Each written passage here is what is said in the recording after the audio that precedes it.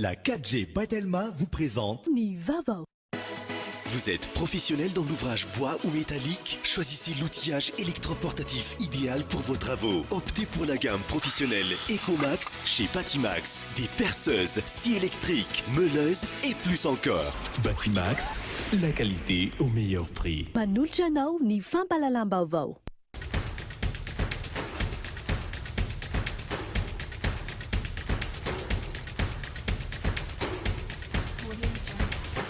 Manolotra anao ny fampalalam-baovao.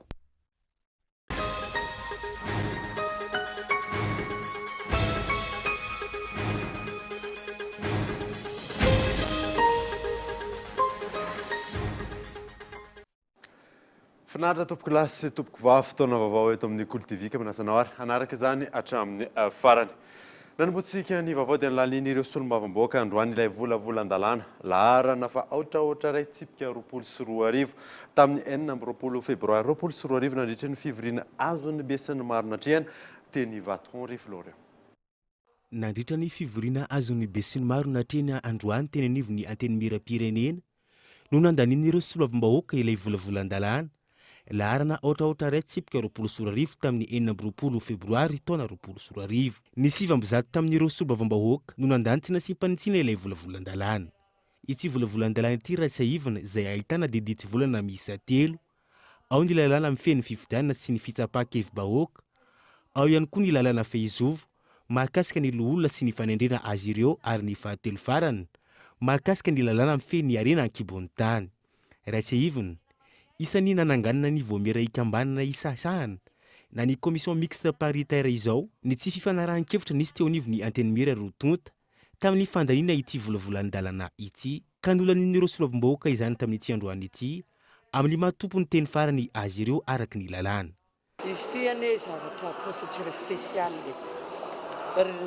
ilay izy commission mixte paritaire izay voamera zany kambanana ary isasahana ka ny fanapahan-kevitra ao na mifanaraka na tsy mifanaraka zay ihany dia anjarany anteniera roatota manao tatitra eny amin'ny prime ministre mandefa eny izy zany tatitra zahay koa manao tatitra hoe tsy nisy fanarahana dia anjaran'ny prime ministre no milaza zany ny fanajana ny lalam-panorenana 2020 tapany farany hoe ny anteny miram-pirenena no mandray ny fanapahan-kevitra farany zay tena taonay ny fanajana an'izay voalaza ny lalam-panorenana izay. Tetsy ankilany nanatanteraka valan-dresaka ho an'ny mpanao gazety ihany koa ny filohan'ny anteny miran-dolona androany manoloana ny fanapahan-kevitra izay noraisiny gouvernement amin'ny fanohizana ny fandaniana ilay volavolan-dalàna laharana ohatraohatra ray tsipika 24 ity. Nilaza izy fa tokony ny andrasana ny firaketana antsoratra ny tatitra ny fivoriana avy eo anivon'ny voamera iraisana isasahana vao nandray ny fanapahan-kevitra ny premier ministre lehibe ny gouvernement Tantsay Christian. Dia izay tatitra niraisin'ireo mpaka-tsoratra teo amin'ny asa voamera ny lazako azy ino ny tatitra ofisiela ka inona zany le lazain'ny premier ministre omaly nefa androany ary le zavatra ko vita mahagaga ihany zany fa miazakazaka ny injera ve fa maninona makany amin'ny tiara-dalàna e mino fa zaho dia amaly an'le tantasin'ny premier ministre mihitsy hoe majereo fa tsy ara-dalàna tena afaka hoe rarina sy mihitsiny fa tsy ara-dalàna mihitsy le zavatra tiana asesika fotsiny atao amboletra fotsiny amin'ny atao ka dia mihintsy manantena fa tsy maninona maiky mifatsona mba ho tombotsy eo ambonin'ny firenena fa tsy hita kosa aloha mitondrana an'izany ao anatina zavatra diso fa rehetra moa mety diso daholo tsy any akory mitsinonena fa dia adito koa no anoratra an'izany amin'ny premier ministre hoe jereo fa mizatra tsy mifanahaka ity satria averina mandeha ny fanapahan-kevitra zay tokony raisin'ny premier ministre dia fanapahan-kevitra rehefa maharay tatitra ataon'ilay voamera izy fa tsy hoe ataon'ny sénateur na ataon'ny assemblée nationale fa ataon'ilay voamera. Raha ny fantatra ny alakamisy izao no hamarina ny fotoam-pivoriana tsy ara-potoana ity ny eo anivon'ny anteny miram-pirenena raha toa ka efa namitazomaliny teo anivony Antenimera Andoholona. Ho fampiarana ny andininy fahenina amby 90 amin'ny lalam-panorenana no nametrahana ny commission mixte paritaire raha nambarany Pahelalana izay nanaovana fanadihadiana Rifolory. Raha nambarany Pahelalana nanaovana fanadihadiana androany, maefa amin'ny fandraisana fanapahan-kevitra sy ny fandinihana ny volavolan-dalàna laharana ohatraohatra retsipy 24 ity ny commission mixte paritaire ary tsy misy lalàna mitsipaka izany. Ara-dalàna ny nametrahana ny commission ity raha ny fanazavany. Ny fananganana ny commission mixte paritaire dia manaraka ny lalam-panorenana tokoa. Hitantsika moa fa tamin'ny filan-kevitry ny ministra zany tamin'ny herinandro lasa teo no nametraka n'ilay commission mixte paritaire zany hoe fa nisy ny fandinihana indroa teo amin'ny Antenimera-Pirenena sy Antenimera-Andoholona iny volavolan-dalàna iny ary tsy nahazo zany fandaniana mitovy teo nivondreo Antenimera rotonta ireo. Dia izay zany natonga ny tao amin'ny filan-kevitry ny ministra zany nametraka an'izay ary araka ny 95 moa zany dia ny amin'ny lalam-panorenana dia ny Premier Ministre lehibe amin'ny gouvernement moa zany mametraka an'ilay commission mixte paritaire fa ny avy any amin'ny Antenimera rotonta no manindra ny olona izay nandrafitra ny commission mixte paritaire io. Ny fampiarana ny andininy fahenina amby 90 amin'ny lalam-panorenana araka izany no nametrahana ny commission mixte paritaire ary ny Antenimera-Pirenena no tompony teny farana raha tsy hita ny marimaritra iraisany teo anivony Antenimera rotonta. Tontolon'ny fampianarana kosa indray dia nitotsaina androany fanadina mpanjakana CPE ho an'ireo faritra miisa 5 amin'ny ankapobeny. Lamina ny fanadinana ary voahaja avokoa ireo fepetra ara-pahasalamana. Abraham Randriamana. Androany tamin'ny 7 maraina nanomboka ny fiantsonany anaran'ireo mpiadina anala ny fanadinana CPE. Teny anivony ireo ivon-toeram-panadinana teto Andrenivohitra. Alohan'ny hidirana tao anatin'ny efitrano-panadinana, takiana amin'ireo mpiadina ny carte d'identité scolaire miaraka amin'ny convocation. Fepetra ara-pahasalamana maro no noraisin'ny tompon'andraikitra ho an'ireo mpiadina nandritra ny fanadinana CPE. Isan'izany ny elanelana 2 metatra, ny fanasana tanana, eo ihany koa ny fizarana arotava. Ankoatr'izay, nahitana fitaovana fanasana tanana avokoa teo ivelan'ny efitrano-panadinana ary nisy ny peta-drindrina manamafy ireo fepetra tokony ho arahina. Tsy miandrela, vao avy manatitra ny zanany ray aman-dreniny mpianatra dia mivoaka ivelan'ny toeram-panadinana.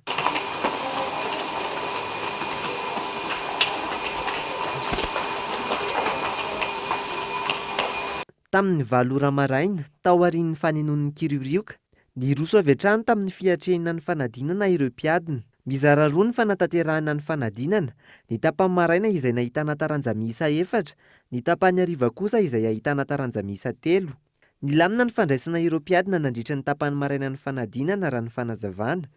Ny ezaka namahan'ny olana mikasika ny fahatarana kosa ny tompon'andraikitra. Ho an'ny ivon-toeram-panadinana nanaovana ny fanadihadiana, 200 ny mpiadina ny tsy tonga nandritra ny fiantsonany anarana. Nahitana fiovany ihany koa ny ora fandraisana ireo mpiadina tamin'ity taona ity. Nisy mpianatra zany efa tarabe vao niditra. Dia ny ankoatr'izay ny nandritra ny fanadinana tsisy olana. Nampidirina ihany izy satria na le ankizy ara mampalahelo nalasa misafiritaka be ny sainy hoe tsy miatrika. Ny ankizy 4146 117 ny tsy tonga. Nisy olana kely fa zany hoe ny olana tsy maintsy vahana eo ihany. Misy ankizy very an-dalana ny convocation zany hoe misy ny carte d'identité afaka namarinana an'izay dia anaovana taratasy kely izy. Ny ova angamba dia ny roso fotsiny fiantsona anarana. Raha isa taontsika amin'ny fito sasany dia lasa tamin'ny fito tamin'ity. Ny antony tsy inona no le ame anara-pahasalamana dia le manasa tanana. Itsy ankilany, nanambara ny ministry ny fanabeazam-pirenena fa tsy andrela ny fitsarana sy ny famoahana ny valim-panadinana. Hiezaka kosa ny eo anivon'ny ministera anome ara-potoana ny vakasion ho an'ireo mpampianatra. Roa andro na ray andro dia efa manomboka ny fitsarana azy ary herinandro araka ny tokony fanao isan-taona ihany dia efa mivoaka ny valim-panadinana. Anisan'ny fanambo napetraka tamin'ity taona ity dia ny hoe tsy sotrosa ny fanjakana amin'ny fanaovana ny fandoavana n'ireo tampo-karama n'ireo vacataire. Ka efa eo mpikarakarana azy ny tompon'andraikitra rehetra. Anisan'ny nangatahana tany amin'ny taleparitra manerana ny nosy ny listan'ireo vacataire, ny décision de nomination de vacation an'izy ireo ary ny fiche de présence fa rehefa tonga aty amin'ny fanjakana foibe zany izay dia efa azo afaka misitraka an'izay zany ireo. Ankoatr'izay, nandray ny andraikiny ihany koa ireo mpitandro ny filaminana amin'ny fiambenana ireo ivon-toeram-panadinana samihafa. Arak'izany, nizotra araky ny tokony ho izy amin'ny ankapobeny ny fanatanterahana ny fanadinana CEPE teto Andrenivohitra. Miisa 5 ireo faritra nanatanteraka ity fanadinam-panjakana ity ho an'ny androany. Ho an'ny faritra Analamanga manokana, 9 taona ny zandriny indrindra ary 420 taona ny zokiny indrindra niatrika ny fanadinana CEPE. Isan'ny manome hery ireo mpiadina ny fanotronan'ny ray aman-dreny azy ireo indrindra amin'ny ora fisakafoanana. Maro tamin'ireo mpiadina no napakevitra ny sakafo amin'ny foibe mpanadinana Abrahama Randriamananatra. Toy ny tamin'ny taona lasa, maro tamin'ireo ray aman-drenin'ny mpianatra manala ny fanadinana CEPE ny tonga nanotrina ny zanany sy nisafidy ny sakafo teny anivon'ny foibe mpanadinana. Anton'izany ny fahalaviran'ny trano misy azy ireo, eo ihany koa ny fampaherezana ny zanany.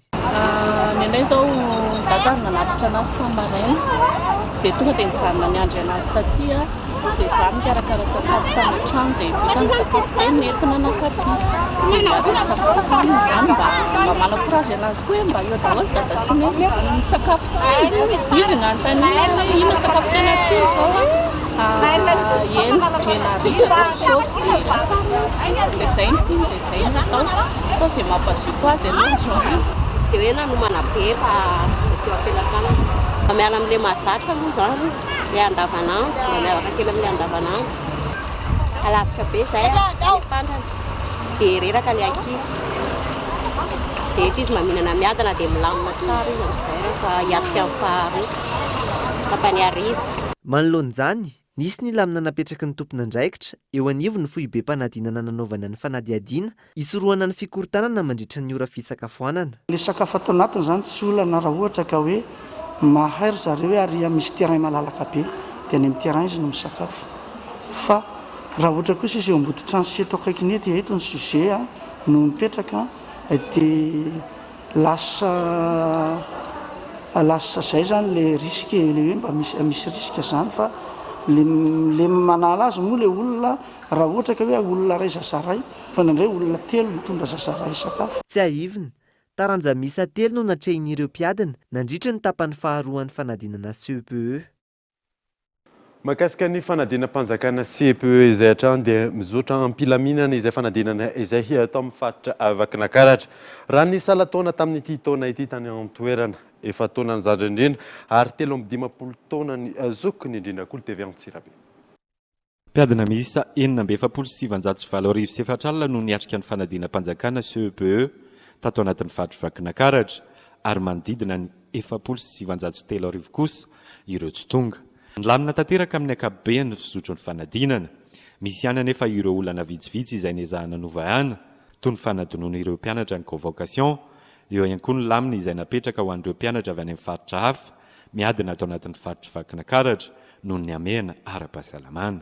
Azo lazaina eo amin'ny 770 isan-jato fa mizotra ara-dalàna. Misy ihany ireny anomalie kely.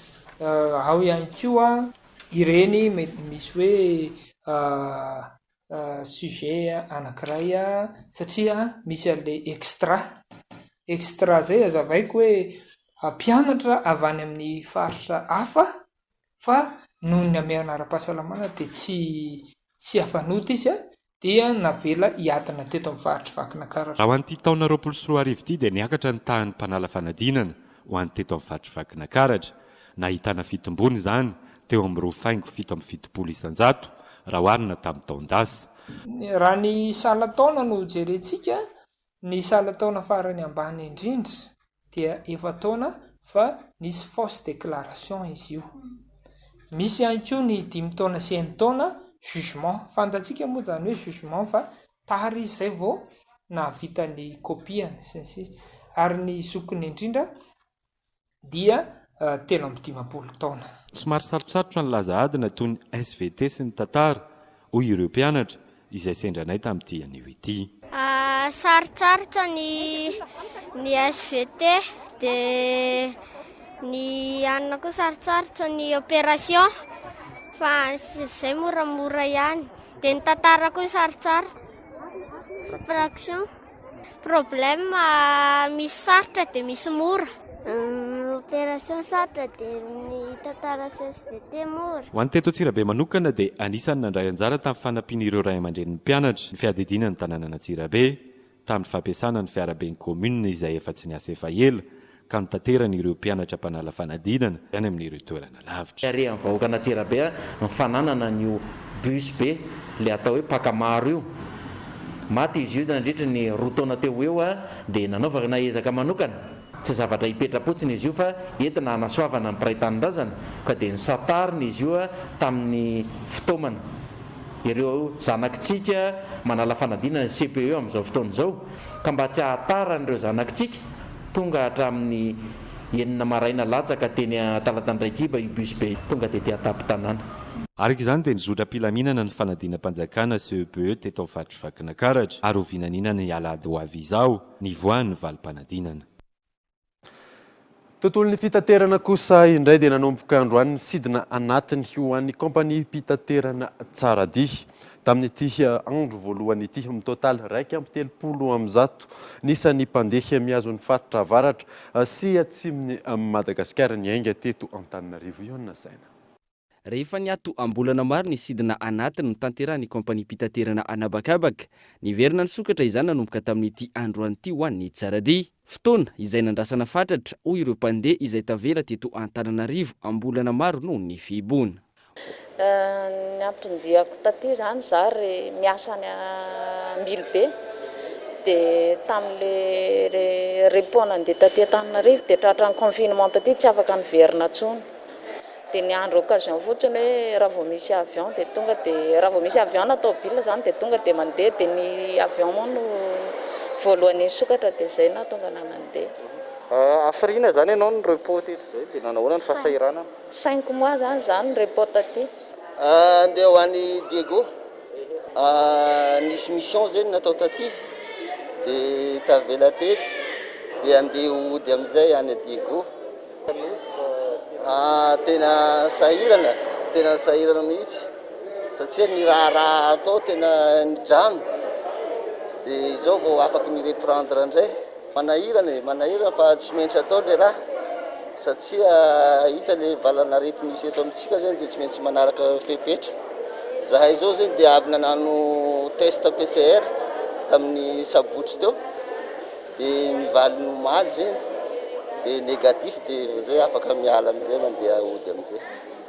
Raha ny fanazavana azo manodidina ny 500 ireo mpandeha efa namandrika tapakila teo anivon'ny Tsaradia amin'izao fiverena ny sidina anatiny izao ka ny 700 amin'ireo mpandeha vaovao avokoa raha efa nanana tapakila fanana vao izany ny ambiny. Isan'ny paikadin'ity kompania mpitaterana ity ny fampidinana ny vidin'ny tapakila isariana ireo mpandeha. Ohatra amin'izany ny Antananarivo Nosy izay latsaky ny 400 ariary ankehitriny raha manodidina ny 700 ariary teo aloha. Tsy aivina noho ny amena isan'ny fepetra ahafahan'ireo mpandeha mivoaka an'Antananarivo ny fananana valina fitiliana PCR négatif tao anatin'ny 27 ora ny tsy maintsy hitondrana arovava sy ny fanajana ireo fepetra ara-pahasalamana rehetra.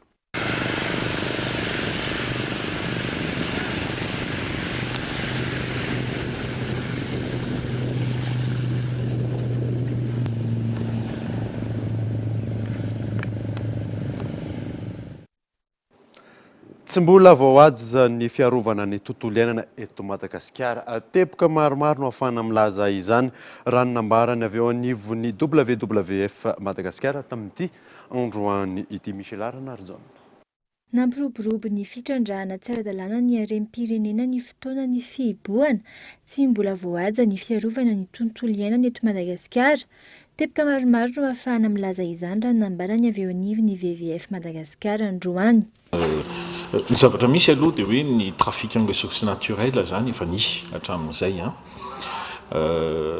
fantatsika ohatran'izany ohatra ny hoe ny fangalana tsy manara-dalàna ny hazo hazon'ny alaonko na mangrove anaovana charbon, misy ihany koa ireo fangalana fakana ireo sokatra, fatatsika tsara zany sokatra ny sokaka any atsimo, ny angonoka any faritra Mahajanga any aondrana any ivelany ny fiboana dia nisy fanararotana ihany aloha, fatatsika ireny fanararotana tany amin'ny faritra avaratra mindrefana ny fanaovana charbon tsy manara-dalàna, olona marobe ny tafiditra tao anatin'izany, tsy maintsy nanday fanapahan-kevitra entitra moa fanjakana tao anatin'ilay izy a.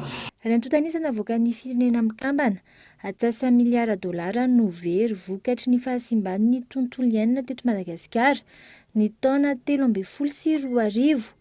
Mifaningotra ny fiarovana ny tontolo iainana sy ny fampandrosoana maritra raha ny fanazavana, antony mila andraisan'ny rehetra andraikitra.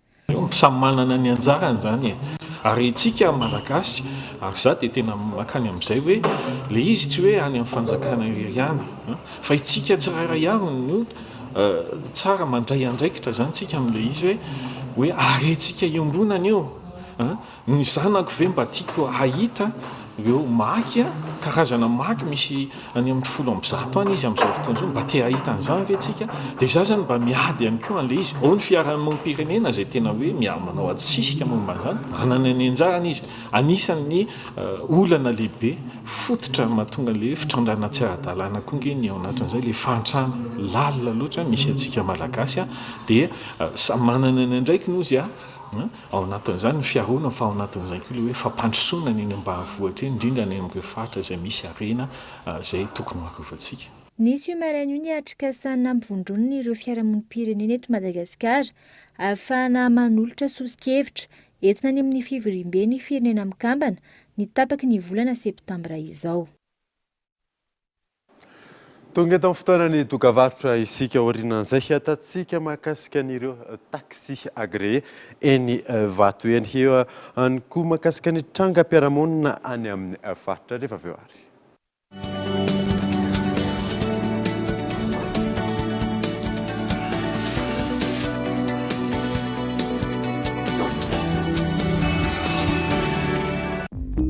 Miankina amin'ny hery fiarovany tsirairay ny fisehoan'ny Covid-19, ao ny ahitana soritra aretina ary ao ny tsy ahitana izany nefa efa afaka mamindra.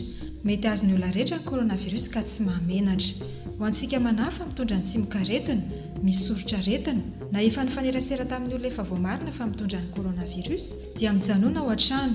Manora olona mpilazaingina mpiasa amin'ny fahasalamana akaiky anao indrindra, na ny mpanendana ara-pahasalamana, na antsonina ny 113, na manatona avy hatrany tompom-pahasalamana akaiky anao indrindra. Ho antsika manodidina, ajanona ny fanilikiliana sy ny fifanenjehana, fa andeha isika ifampitsinjo hisoroana amin'ny valanaretina. Toy izao trano ny fihetsika manakana ny fianaky ny coronavirus.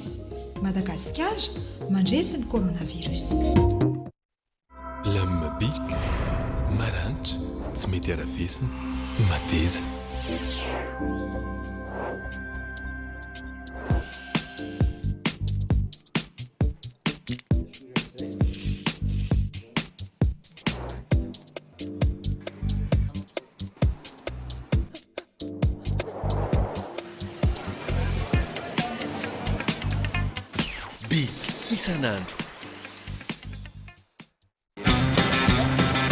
Oui, appel vers tous les opérateurs.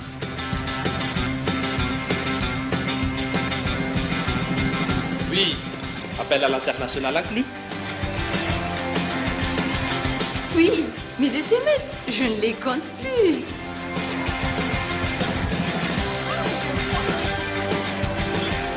Et oui, l'Internet à la vitesse 4G. 0,5 arrière par seconde vers FAF et Club First. 1 arrière vers Telma et 3 arrière vers les autres opérateurs. Vous aussi, soyez First. À partir de 10 000 arrières, First Premium. Et découvrez toute la gamme First sur www.telma.mg ou rendez-vous en Telma Shop. Telma, sa fidque numéro 1 Malagasy.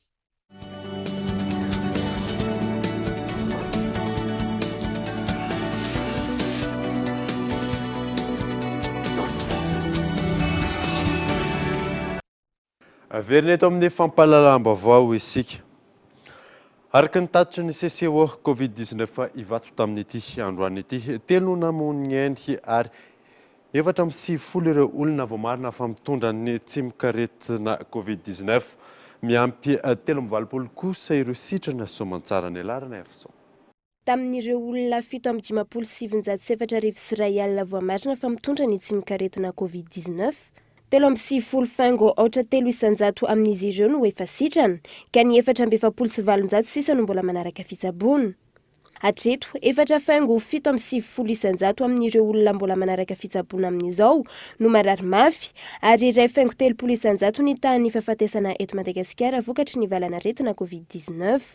Araka ny tatitra navoaka ny CCO Ivato androany, ny ampy 3 indray ireo namoniny vokatry ny valanaretina Covid-19 teto Madagasikara. Raha toa ka ny ampy 470 ireo olona voamarina fa mitondra ny tsimikaretina coronavirus. Teto amin'ny faritra Analamanga ny 730, 420 tao Sofia, 120 tao Vakinankaratra, 8 tao Alotra Mangoro, 9 tao Sava, 5 tao Diana, 3 tao Boeny sy Matsiatrambony, 2 tao Bongolava sy Vatovavy Finany. Ny hitantsika moa zany dia ny hena anankitelo ny forme grave 270 izy ireo teo. 30 no isan'ireo forme grave eto amin'ny faritra Analamanga, 70 Raisina Tananao be Filatanana, 4 Siera, 10 hôpitaly Andotapenaka CHU, 2 eo amin'ny centre de traitement Covid-19 Mahamasina, anankiray any amin'ny CHU Anosiala, 20 any amin'ny faritra hafa, fa mihena ihany koa moa zany ny any amin'ny faritra hafa, Vakinankaratra aloha Antsirabe mbola misy forme grave ray ao CHU Andrainjato Matsiatrambony ao Fianaratsoa 10 ary any Toliara dia misy forme grave anankiray. Ny ampy 320 kosa ireo sitrana soamantsara, ny hena 3 ihany koa ireo marary mafy. Androany, mitotaly 770 alina ny isan'ny fitiliana PCR vita, ary 770 ny fitiliana Gene Expert.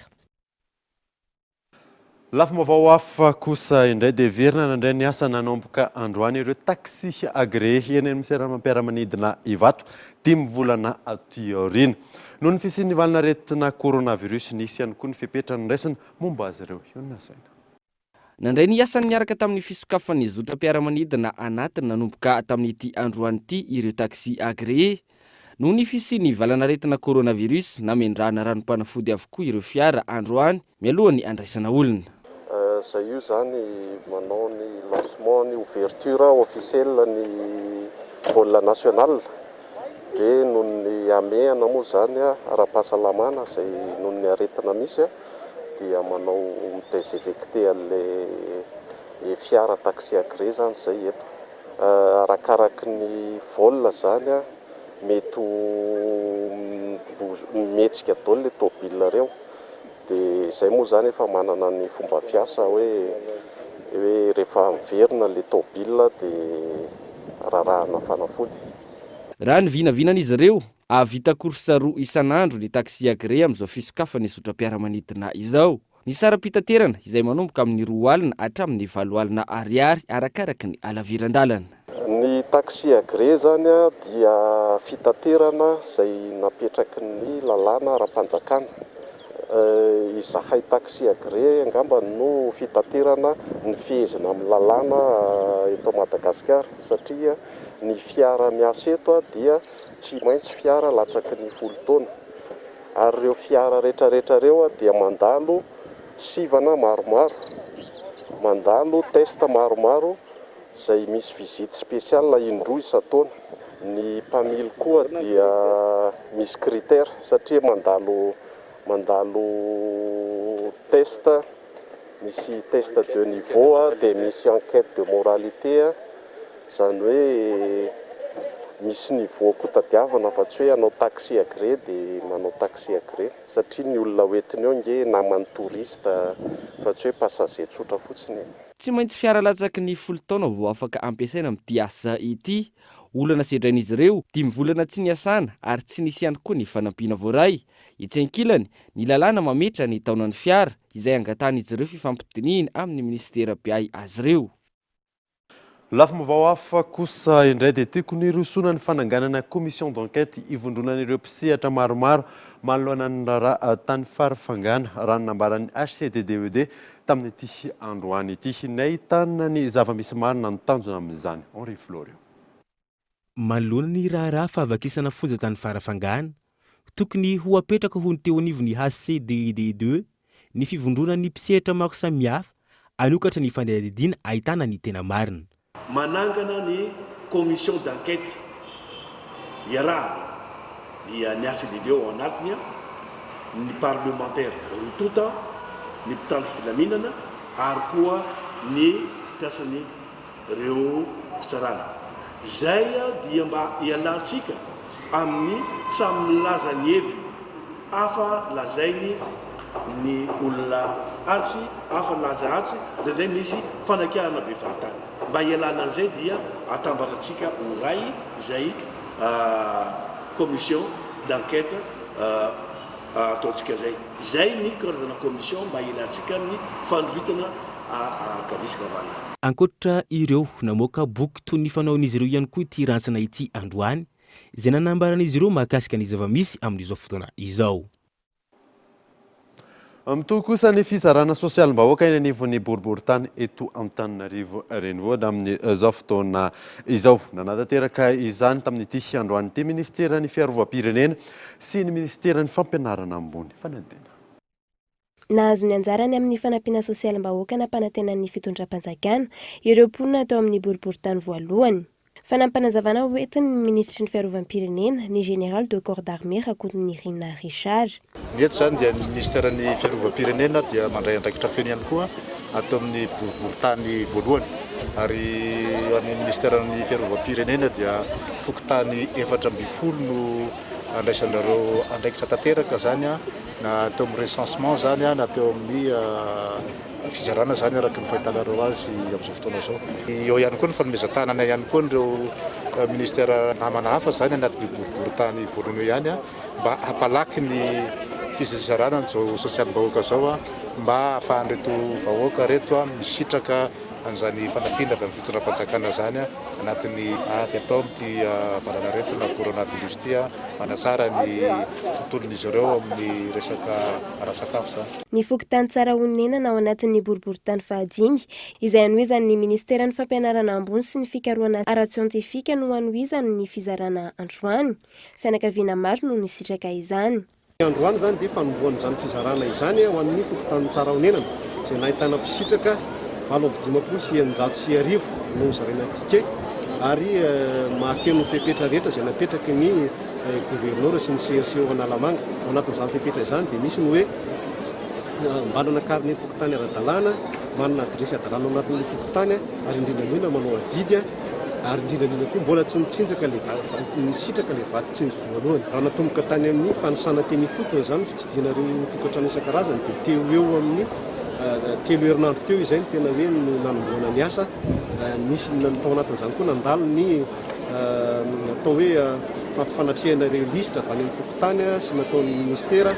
Nandalo ihany koa ny fizarana ireo tike teny anatin'ny tokantrano samihafa teny ary ny famarana anazy moa amin'ny fokotany tsirairay avy izao fizarana ny vatitsinjo ety amin'ny toizao izao. Nisy ny toromarika sy fandaminana samihafa napetraka tamin'izany ka nandritran'ny fizarana nisitraka vary iraika tapo ny ampy menaka 2 litatra sy ronono mandry 2 boaty ary tambavy CVO ny ampy voamaina 2 kilao ireo olona marefo ahafahany miatrika ny krizy ara-pahasalamana izao. Lafim-baovao hafa kosa indray dia voatazona amponja vojomaika ao ambanja ilay vehivavy mpisoloky iray izay nikuizana izay saro ny brigade criminelle Mahajanga. Isan'ny anenjehana azy ny fisolokiana mpandraraha iray teto Antananarivo izay nazahoany 90 tapitrisa ariary gaeton Andriatsilavo. Vidina tsaramaso sy voanjo hatrany amin'ny 90 tapitrisa ariary no voasoloky ity vehivavy ity ka izao nahiditra amponja vonjomaika ao ambanja izao. Nametraka fitoriana momba ity raharaha fisolokiana ity tao amin'ny fitiranam-baratonga voalohany ambanja Ramatoa Odette mpandraraha voasoloky. Isan'ny victime tamin'ny vehivavy jiovavy mpisoloky ray-ndany izahay tonga eto ambanja tokoa izay amin'izao fotoana izao. Sarotra dia sarotra ny lalana nandehananay tany sy sakana ny lalana ratsy nefa noho izay antony izay fahaverezam-bola amin'ny 90 tapitrisa izay. Tsy maintsy tonga eto izahay hiatrika fitarana miaraka amin'ny ilay vehivavy ratsy fanahy io. Ka eto izay dia mangataka ny fitarana mahetra mba andalova izay andalova ny vehivavy ratsy fanahy indrindra ny fitsarana eto ambany mba hiziterakay izao fahavoazana izao. Mangataka ny rehetra samy ho mailo ity renim-pianakaviana ity ary mangataka ny mpitsara ihany koa hijery akaiky ny toetra rà mialohan'ny hitsarana ilay misoloky aoriny ny fihibohana. Raha ny fanazavana hatrany mia mahazo vahana ary miseho amin'ny endriny maro ny fisolokiana any avaratry ny nosy. Mpisoloky mpandrara lavanila roa no saron'ny komisara Foibe Arjola Arendany iray hafa ihany koa. Nahitana vokany araka izany ny asa izay nataon'ireo mpitandro ny filaminana Rifolorio.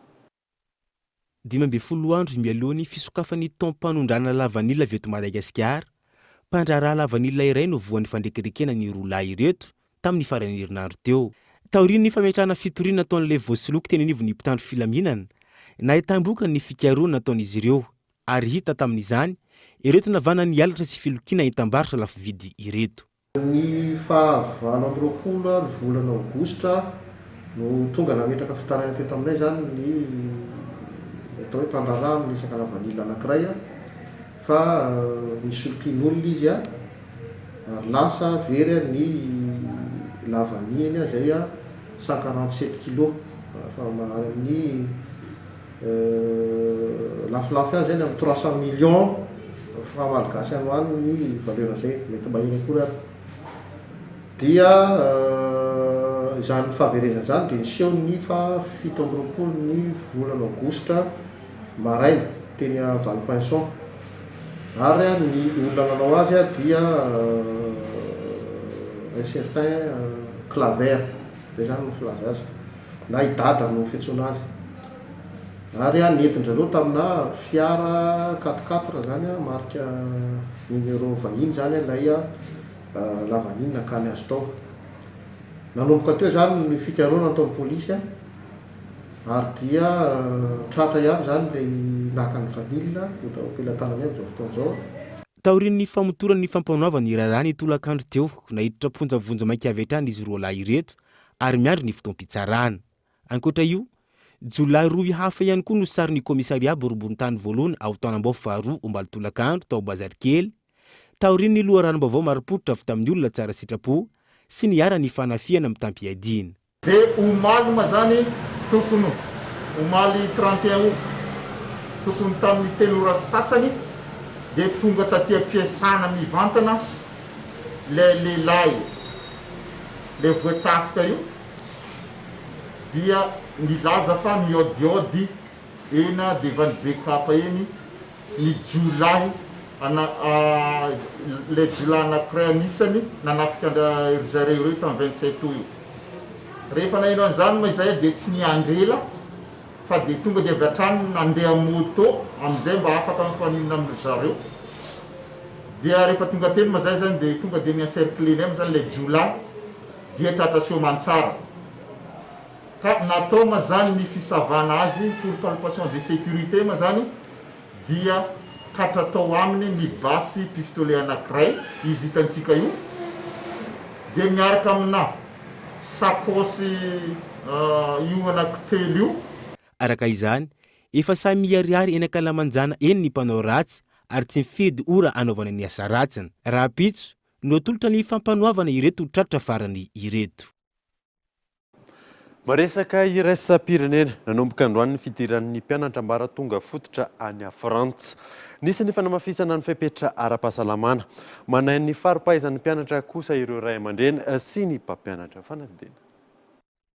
Les élèves ont-ils accumulé du retard? Ankoatra ny fepetra ara-pahasalamana iarovana ny mpianatra amin'ny Covid-19, isan'ny mampanany ray aman-dreny sy ny mpianatra ny Frantsa anatin'izao fanombohan'ny taom-pianarana vaovao zao. Ny mety ho fiantraikany krizy ara-pahasalamana amin'ny faripahaizan'ny mpianatra ankapobeny. Nandray ny andraikiny avy hatrany manoloana io ny fitondram-panjakana ka fanambina petraka ny hanombanana ny fiantraikany krizy amin'ny sehatry ny fampianarana, ahafahana mitady vahaolana aingana. paikady efa naroson'ny minisitry ny fanabeazan'ny pirenena ny fandraisana mpampianatra manodidina ny 700 eny anivo ny ambaratonga fototra anatevin-daharana amin'ny fandraisana ny tanana ny mpianatra. Irosoana ihany koa ny fanaovana fitsapampahaizana indrindra ny famakiateny ho an'ny kilasy fahaenina. Fitsapampahaizana izay ho tontosaina manomboka ny 15 septambra izao. Dia izay mamarina vaovao tamin'ity androany ity, angasaina ianao nanaraka izany. Soava tsara daholo tompoko.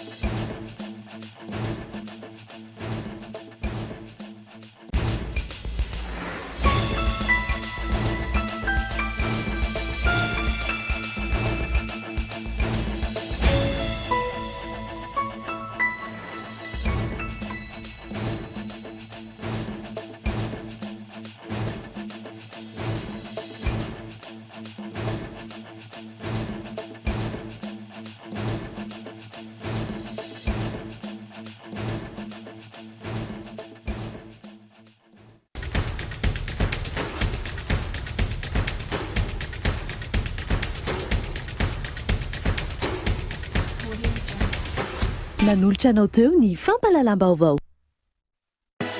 Vous êtes professionnel dans l'ouvrage bois ou métallique? Choisissez l'outillage électroportatif idéal pour vos travaux. Optez pour la gamme professionnelle Ecomax chez Batimax. Des perceuses, scies électriques, meuleuses et plus encore. Batimax, la qualité au meilleur prix. Nanolotra anao teo ny fampalalam-baovao. La 4G by Telma vous a présenté Ny vaovao.